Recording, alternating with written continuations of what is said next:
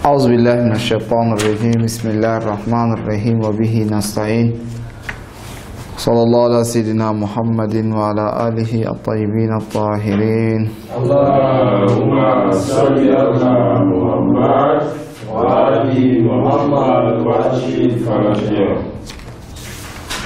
Au nom d'Allah, le tout miséricordieux, le très miséricordieux, Père et bénédiction sur le noble ses créatures, le saint prophète Mohammed sallallahu alayhi wa sallam, sur sa sainte famille, ses vertus, compagnons, et sur ceux ou celles qui suivront sa voie jusqu'au jour de la résurrection. Et Dieu nous aide qu'il fasse de nous des musulmans vertus, qu'il nous guide sans cesse sur le droit chemin. Alors, notre cours d'aujourd'hui se porterait sur la question de l'imama. Dans notre précédent cours, nous parlions de l'amour d'Ahlul Bayt alayhi salam. Nous disions que il incombe aux gens, n'est-ce pas, d'aimer, n'est-ce pas, les Ahlul Bayt alayhi salam. Et nous avons dit également que c'était un devoir pour les musulmans de les aimer, de les chérir et de les obéir en fait. Aujourd'hui, à la page 162, est notre croyance concernant, n'est-ce pas, le Mahdi, n'est-ce pas, du temps. Avant la question du mahdawisme, comme vous le savez, il y a beaucoup d'hadiths qui ont traité, n'est-ce pas, la question des imams, en disant que après moi, comme le dit le saint prophète Mohammed sallallahu alayhi wa sallam, il y aura en fait 12 khalifes, n'est-ce pas, ou 12 imams qui seront, n'est-ce pas, mes successeurs.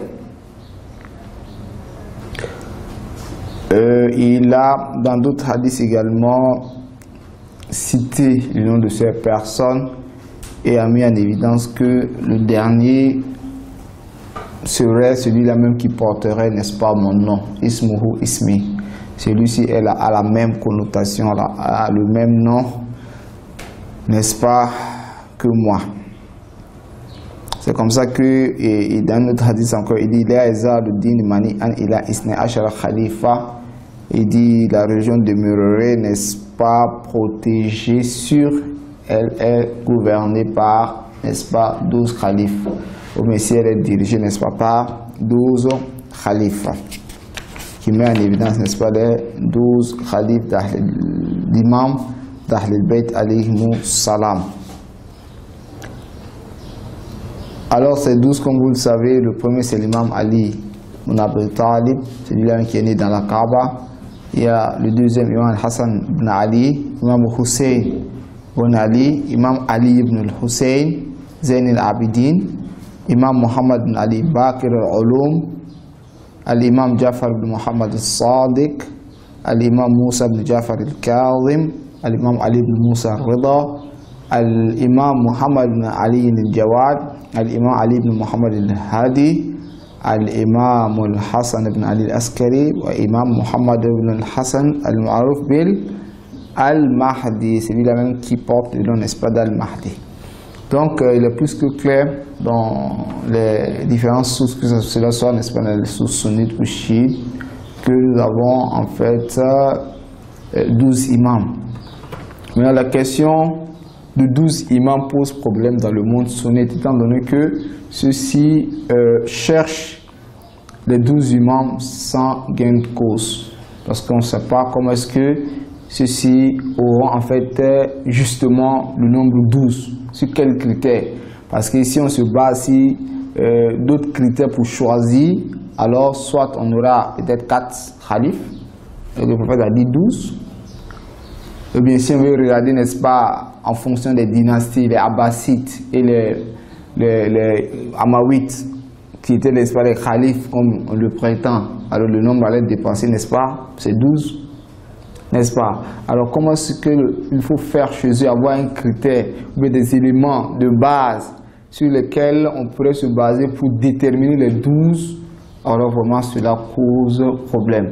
Si on dit non, c'est les 4 grandes écoles juridiques, alors c'est 4, alors qu'en islam on parle de 12 khalifes. Donc vraiment, le problème de 12 khalifes là-bas, ça pose réellement un problème. Mais dans la pensée à Ahl-Bayt alayhi salam facile, on a des critères bien donnés. Des personnes ici, si on dit que si vous doutez, n'est-ce pas, de nous, allez-y dans l'histoire. L'imam Ali alayhi salam, cherchez à voir, n'est-ce pas, son comportement, qui il est, il mérite ou il ne mérite pas, on saura. Imam Ali, Imam Hussein, Imam Hassan, Ali, donc toutes ces personnes-là, lorsque on essaie même de se référer aux ulémas d'Ahl Sunnah même, relatifs à Imam Bakr ou Imam Ja'far, ceux-ci verront que c'est des personnes qui furent des grandes personnalités, n'est-ce pas, dans l'histoire. Oui, on ne leur a pas donné cette opportunité, bien cet avantage-là de diriger la religion comme il se fallait, comme il se devait, mais nous constatons que les ulémas d'Ahl Sunnah ont toujours profité de cela, et à chaque moment quand il y a des divergences, on se référait à eux pour, n'est-ce pas, avoir des informations concernant la religion. Et même, il y a un des savants, pas savant, mais un des rois qui, je crois, soit des Amawites ou bien comment on appelle, Abbasites. Une fois, un des grands imams d'Ahl-Bayt alayhi salam est venu, n'est-ce pas, le voir, est venu chez lui, est venu lui rendre visite. Alors il s'est levé pour le respecter, pour l'honorer en fait. Alors une fois quand il est reparti, il y a son fils qui, comme pourrait dire, n'est-ce pas, le prince, le futur roi, demande à son père pour savoir que je n'ai jamais constaté l'acte que tu viens nous poser pour cet homme-là, si ce n'est pas aujourd'hui. Je n'ai jamais vu te rabaisser ou estimer ou respecter une personne comme tu as respecté celui-là. Alors qu'est-ce qu'il y a? Qu'est-ce qui se passe? Pourquoi tu le respectes ainsi? Et le père dit au fils que normalement c'est ceux-là même qui devraient avoir, n'est-ce pas, le monopole de la religion. C'est-à-dire la question de la religion devrait être dans la main de ceux-là. Alors le fils de dire à son père, alors mais pourquoi ne le donne pas si cela lui revient, n'est-ce pas, de droit? Alors le père de dire à son fils que la question de la gouvernance, ce n'est pas en fait un jeu. Il dit, si toi-même tu t'amuses à me rivaliser sur ce terrain, je tranche ta tête. Le père qui dit à son fils. Donc la question de la gouvernance, ce n'est pas un jeu. Tu t'amuses à me rivaliser sur ce terrain, je vais trancher ta tête, quand bien même que c'est, tu es mon fils, à plus forte raison une autre personne. Donc c'est ceci qu'on reconnaissait, n'est-ce pas, la place ou la noble place de Ahl-Bayt alayhimu salam. Alors ici nous ne voulons pas revenir, n'est-ce pas, sur la question des hadiths concernant le nombre des imams, parce que plus ou moins dans d'autres coups vous aurez, n'est-ce pas, à constater cela. Donc bref, nous passons au 12e imam qu'on appelle l'imam du temps, ou bien l'imam al-Mahdi ajjalallahu ta'ala farajahu sharif. L'imam du temps, pourquoi est-ce qu'on appelle l'imam du temps? Point d'interrogation. L'imam du temps, qu'est-ce que cela voudrait en fait dire? Pour répondre à cela, nous disons que la question de l'imam du temps tire sa source des hadiths. Le saint prophète Muhammad sallallahu alayhi wa sallam nous dit: Man mata wa lam ya'rif imama zamanihi mata mitatan jahiliya. Celui qui meurt sans pour autant connaître l'imam de son temps meurt, n'est-ce pas, de la mort des gens de l'ignorance. Vous voyez? Alors donc cela voudrait dire que dans chaque époque ou à chaque époque il y a un imam bien déterminé pour tout le monde. Donc moi, je me pose la question de savoir quel est l'imam de mon temps. Quelqu'un pourrait dire, bon, l'imam de mon temps, c'est l'imam de ma mosquée. N'est-ce pas? On peut demander à l'imam de la mosquée, qui est l'imam de ton temps? C'est cela. On pose la question de savoir. Parce que le Saint-Prophète dit que celui qui meurt sans connaître l'imam de son temps. L'imam de son temps, il n'a pas dit les imams de son temps. Pourquoi on dit qu'il y a l'imam de la Mecque, il y a l'imam de Médine, il y a l'imam de notre mosquée, il y a l'imam de notre ville. Non, on n'a pas dit des imams, on dit l'imam de son temps. C'est l'imam de la mosquée de la Mecque, masala, haram. Quel imam? Il y a beaucoup. Il y a Sudais. N'est-ce pas? Sudais, et puis il y a d'autres imams qui sont, n'est-ce pas, les imams de la mosquée. Alors c'est qui est l'imam de ton temps? Le premier, le deuxième, le troisième, on ne sait pas. À supposer qu'on dit non, il y a plusieurs imams, mais il y a un imam central. Alors on pose la question à cet imam-là. Qui est l'imam de ton temps? Il va dire quoi? Le roi? On passe aussi, le roi a plus d'ordre que les imams, n'est-ce pas? Les imams, si on veut aujourd'hui, on les institue. Demain, si on veut aussi, on dit bon, vraiment, on ne veut plus de toi, tu dégages. Est-ce là? Et on est obligé de dire ce qui plaît, n'est-ce pas, aux rois, qui ne sont pas des imams. Parce que, comme vous le savez, l'Arabie Saoudite a été divisée en deux parties. La direction politique est déterminée ou est dirigée par les enfants du roi Saoud. Le roi Saoud. Et puis, le côté religieux est gouverné par les enfants de Mohammed bin Abdel Wahab, qu'on appelle Al-Sheikh, la famille du Sheikh et la famille, n'est-ce pas, de Saoud. Donc tu ne peux pas être roi ou diriger tant que tu ne fais pas partie de la famille, n'est-ce pas, royale. Royale, c'est de quelle famille? La famille de Saoud. N'est-ce pas? Maintenant, le côté religieux, il faut être un des enfants de Cheikh. Quel Cheikh? Cheikh Mohammed bin Abdul Wahab. Donc ici, on est venu, on a partagé comme ça. Côté aspect politique et aspect, n'est-ce pas, religieux. Donc, on peut poser la question de savoir, mais là-bas, qu'est-ce qui gouverne, quel est, comment on appelle là, l'élément qui domine de plus? Sûrement, c'est l'élément politique. C'est le roi qui détermine. On appelle Khadim al-Haramain. C'est lui qui a, n'est-ce pas, le dirigeant ou bien le surveillant, n'est-ce pas, des deux harams. Alors, moi, selon moi, le dirigeant des deux harams devrait être un intellectuel, un savant religieux, un imam. Alors, on confie ça, n'est-ce pas, à un roi. Donc, tout ce qu'il lui dit, c'est en fait ce qui devrait être exécuté au nom de qui? Au nom de la religion musulmane. Alors que c'est le résultat d'un coup d'État ou bien un coup de force qui a été forgé par qui? Par l'Angleterre, les Anglais. Avec qui? Sur le soutien, c'est-à-dire les Anglais, Mohammed bin Abdel Wahab, eux, n'est-ce pas, Saoud, qui est le grand-père, n'est-ce pas, de cette famille dynastie. Donc maintenant, on gère la religion comme nous, on prétend quoi?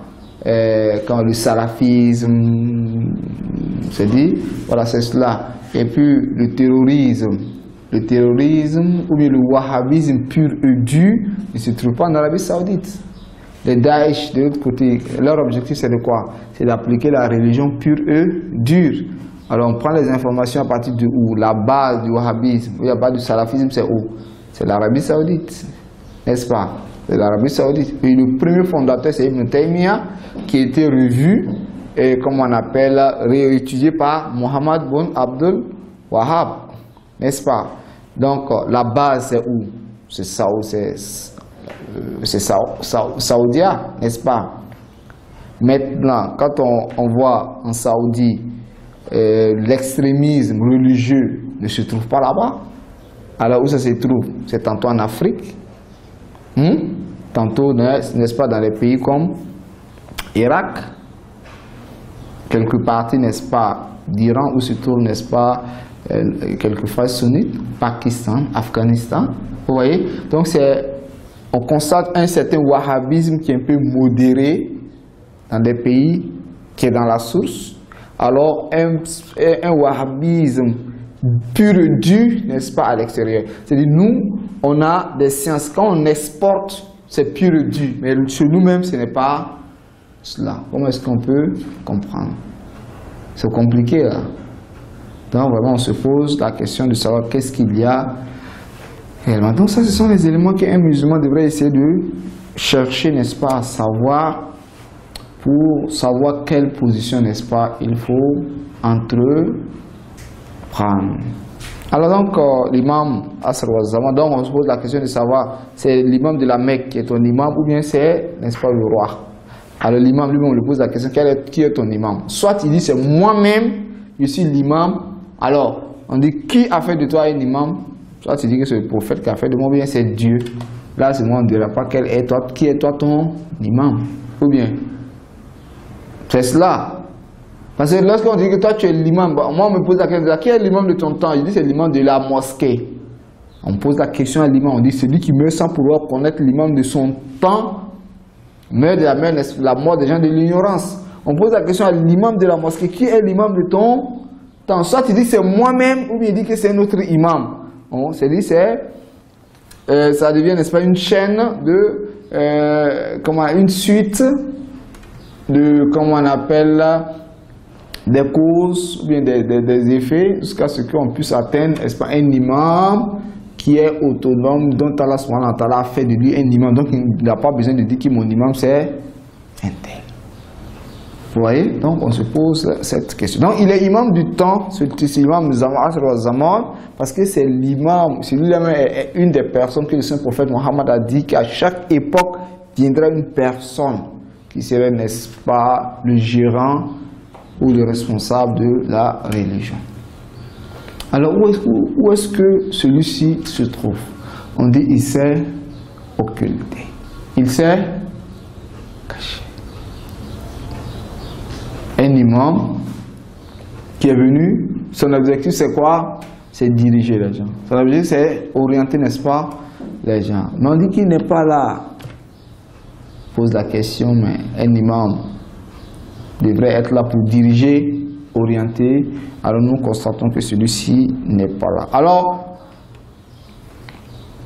cet imam s'est occulté dans la pensée chiite, dans la croyance chiite, dans la croyance sunnite, celui-ci n'est pas encore né.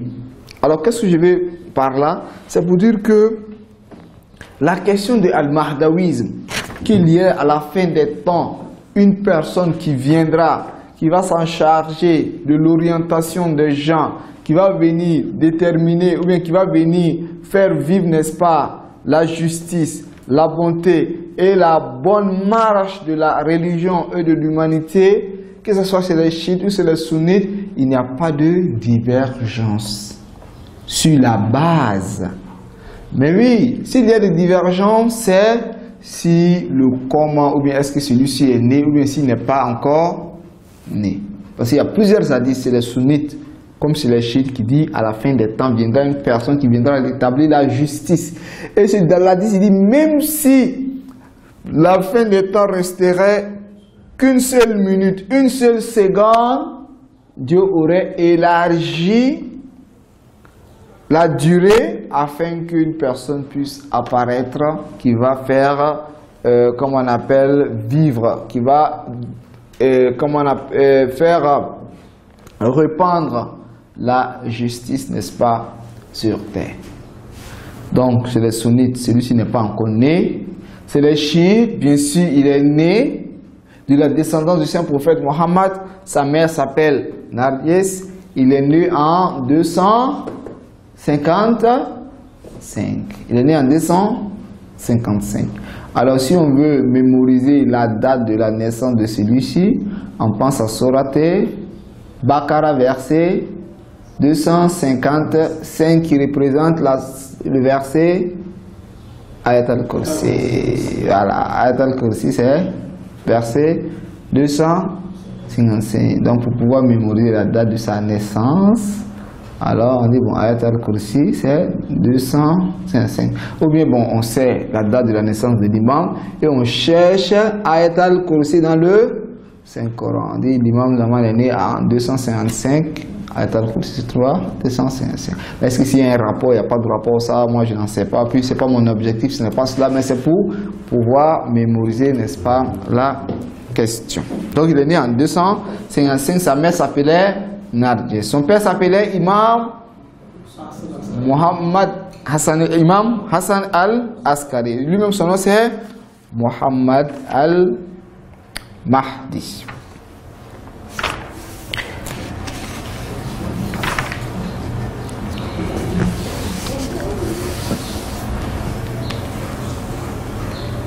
Le saint prophète Mohammed sallallahu alayhi wa sallam dans le livre Musnad Ahmad bin Hanbal. Ahmad bin Hanbal, comme vous le savez, c'est un sunnite et fait partie des imams des 4 grandes écoles.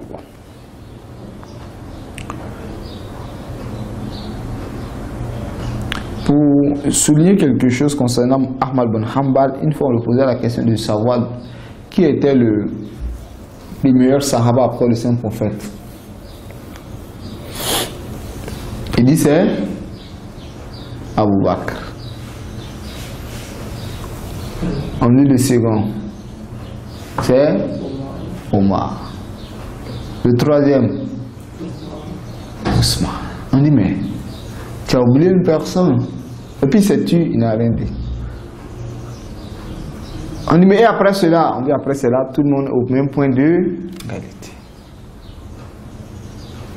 Et Ali, il dit mais Ali c'est la personne du prophète, c'est le prophète lui-même. Ali, c'est le prophète. Donc ça veut dire quoi? De la manière qu'on ne peut pas mesurer le prophète à qui que ce soit, on ne peut pas mesurer l'imam Ali également à... L'imam Ali, c'est la personne du prophète.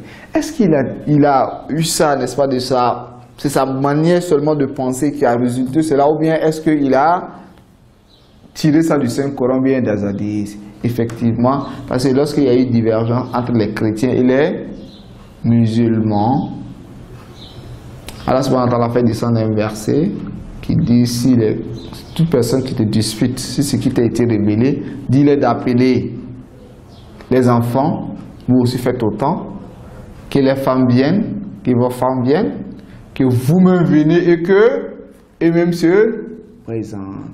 Le jour J, vous-même, comme on appelle vos enfants, c'est Hassan Hussein, vos femmes Fatima Zahra, vous-même c'est l'imam Ali alayhi salam et le prophète, donc vous-même.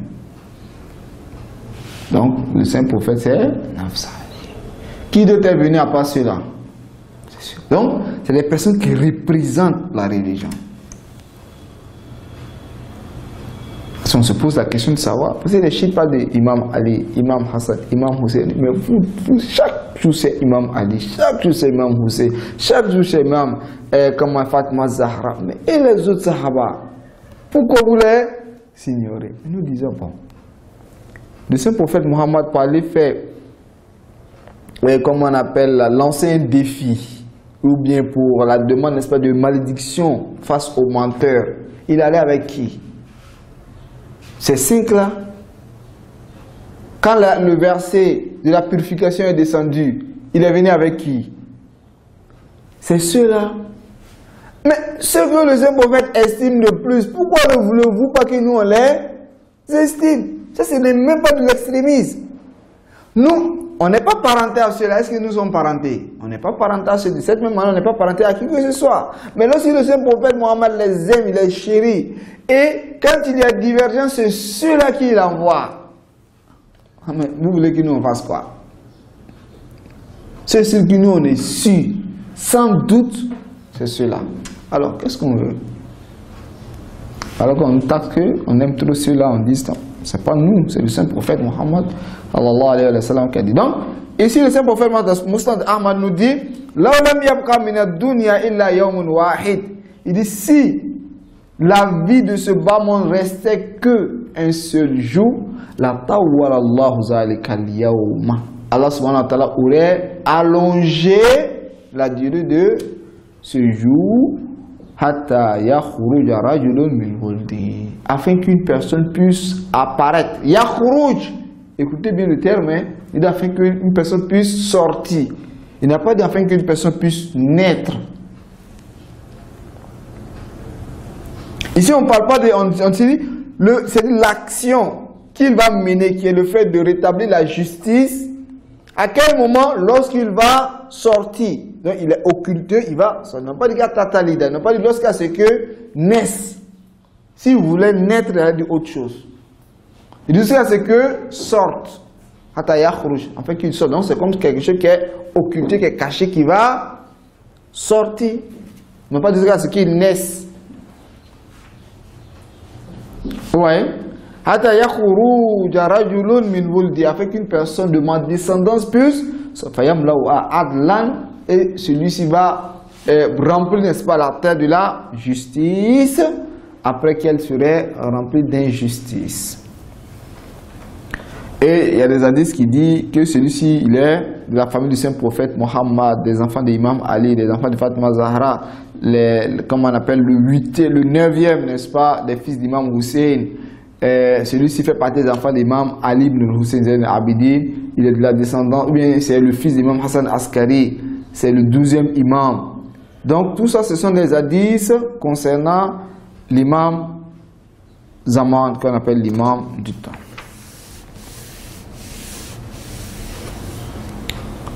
Alors, l'imam, il est né. Là, c'est concernant la pensée des chiites. Où il est? L'imam, il est occulté. Ah! Un imam qui est occulté,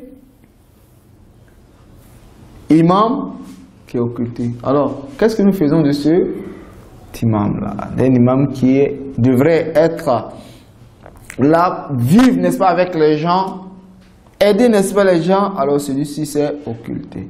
Combien de temps? 100 ans, 200 ans, 300 ans, 1 siècle, 2 siècles, 13 siècles ou 12 siècles.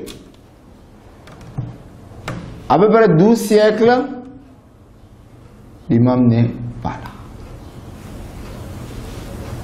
C'est-à-dire, à peu près 1200 ans. 1200 ans, quelqu'un va durer dans la vie 1200 ans? Non, c'est pas possible. 1200 ans. On peut vivre longtemps 1200 ans? Non. Donc, ce que vous dites, les chiites, c'est pas vrai. Non, la question de l'imam n'existe pas. Et la question de l'imam Zaman n'existe pas. Pourquoi est-ce que les chiites ont forgé la question de l'imama du 12e imam? Parce qu'ils vivaient sous la pression, on les a torturés.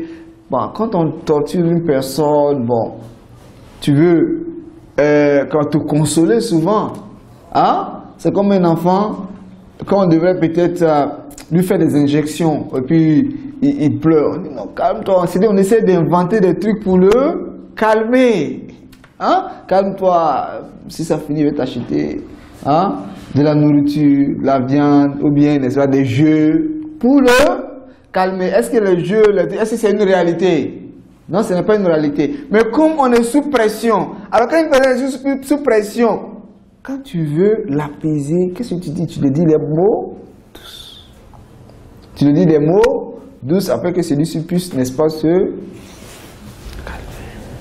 Donc c'est cela. Je vais illustrer ça avec une toute petite histoire. Une fois, il y a un grand savant, bon, en fait, pas un grand savant, mais une personne, un conférencier religieux qui est allé dans une ville pour prêcher. 10 jours de conférence. 10 jours de conférence, les responsables de l'île disent, bon, il n'y a pas de problème si tu viens, 10 jours de conférence, après ça, on te donne telle somme pour te remercier ton premier jour, deuxième jour, après les 10 jours, il dit, il faut ajouter encore 10. Si tu ajoutes, au fur et à mesure que tu ajoutes, voilà, on va te donner tant. Lui aussi, il ajoute. Jusqu'à ce qu'il fait 30 jours. Mais ici, c'est une note, il y a quelque chose, il y a un tout petit point. Celui-ci, son objectif, ce n'est pas les prêches religieux qu'il veut. Non, c'est pour donner seulement espoir aux gens. Hein? Il veut donner seulement espoir aux gens. Est-ce qu'il croit réellement ce qu'il donne? Non. Alors que ceux-là même à qui il est en train de parler aussi, on crie que non, celui-ci ne croit pas ce qu'il est en train de dire, mais c'est seulement nous donner de l'espoir. Et s'ils ont voulu jouer avec sa raison. Donc, 10 jours est fini, il a ajouté 10 jours encore, il faut ajouter 10 jours. Le 29e jour, on dit non, il n'y a pas de problème, tu termines les 10 jours, puis on te donne tout ce qu'on t'a promis. 30e jour, on dit ah bon, que c'est fini. Il dit mais les récompenses. On dit non, que c'est fini. Ah, vous m'avez promis. Il dit oui. Et toi, ton objectif ici, quand tu es venu, c'était pourquoi? C'était pour nous flatter, c'était pour nous donner d'espoir. Et nous aussi, on a fait ça aussi pour te donner encore d'espoir. Hein? Toi, tu viens de nous donner espoir, bon, nous, on veut te donner l'espoir. Donc, souvent, c'est cela. On dit dans les chiites, réellement, la question de l'imam ou bien du deuxième imam, ce n'est pas vrai. Même comme ils sont sous oppression, on les oppressait. Regardez après imam Hussein, à côté d'imam Ali, il y a eu problème. Imam Hussein, problème. Imam Hassan, il y a eu problème. Zayn al-Abidin, problème. Tous ceux-là ont eu des problèmes. Alors, comment se fait pour faire pour... Et puis les chiites, on les pourchassait, on les tuait. Même actuellement, on tue les chiites devant un désordre. N'est-ce pas? Alors, comment se fait-il qu'on peut? Comment? Faut faire, n'est-ce pas, pour garder, comment on appelle les chiites confiants. Et non, calmez-vous. Il y a Jésus qui viendra chez les chrétiens, non? Pour calmer les chrétiens. Vous aussi, calmez-vous. Il y a une personne qu'on appelle l'imam du temps. Celui-ci, quand il viendra, va faire établir la justice. Ah, c'est vrai? Ok, il n'y a pas de problème. Donc, ils ont commencé à croire en cela. Est-ce que c'est une réalité? Non, pas de réalité. Nous disons que ces propos pourraient être vrais si celui qui dit ça se réfère, n'est-ce pas, aux 5 comment on appelle, aux hadiths, et qui n'a pas vu des hadiths traitant, n'est-ce pas, la question de la venue de l'imam. Nous disons à celui-là, la question de l'imam, du 12e imam n'a pas été inventée par les chiites. Mais ce que les chiites disent est que celui-ci est né. Mais le fait qu'il y ait à la fin des temps une personne qui viendra rétablir la justice fait unanimité. Chez les sunnites comme chez les chiites. Non, ça ne fait pas d'unanimité comme le dit d'autres sunnites. Il y a un sunnite qui dit non, la question de l'imam al-Mahdi n'est pas vraie. Et les hadiths, il dit non, ces hadiths-là, ce sont les hadiths falsifiés, c'est daïf. Alors on lui pose la question de savoir, il dit ben, si toi tu veux. Parce que les hadiths parlant de la question de l'imam Zaman, c'est beaucoup d'hadiths, c'est pas... On lui pose la question, on dit, la question n'est pas une question d'une seule hadith. Vous dites que non, si on rejette cette hadith, la croyance est rejetée. Non, il y a 1001 hadiths qui traitent la question. Alors maintenant, si nous on vient dire que non, tous ces hadiths-là sont fausses, il dit c'est que nous, on n'aura plus de critères pour déterminer les bons hadiths en islam. C'est que tout l'islam même tombe. Tout l'islam tombe. Parce que celui-ci, comme c'est une croyance qui ne le plaît pas, il veut rejeter la croyance. En quoi faisant? En rejetant même les hadiths. On dit, mais si tu devrais rejeter les hadiths, alors que ces hadiths, selon les critères sunnites, ce sont des hadiths qui sont authentiques. Alors si tu devrais rejeter tous ces hadiths-là, alors c'est qu'on devrait rejeter tous les hadiths de Bukhari, on devrait rejeter tous les hadiths de Moussa, parce qu'on n'a plus de critères. Ou bien, on n'a plus de critères. Parce que pour savoir si un hadith est, comment on appelle, vérifié ou c'est pas vérifié, ils ont des critères sur des bases. Maintenant, on a 1001 hadiths. On vient, ces 1001 hadiths-là, on les colle, n'est-ce pas, à ces critères-là. On va dire non, que c'est vraiment, ce sont des hadiths authentiques. Toi, tu viens dire non, c'est pas vrai, parce que cela ne va pas être ta foi. Tu dis c'est daïf. Il dit bon, si c'est daïf, c'est pas une seule hadith. Un seul hadith, il y a plusieurs hadiths. Alors, il y a beaucoup d'hadiths sunnites qui devraient être, n'est-ce pas, rejetés. Et la base de l'islam tombe. À cause d'une seule croyance chiite, comme ça ne t'arrange pas, tu veux, comme on appelle, abolir tous les principes de la religion. Donc, Inch'Allah, nous allons prendre fin comme ça, et puis la suite viendra, Inch'Allah. Assalamu alaikum wa rahmatullahi wa barakatuh.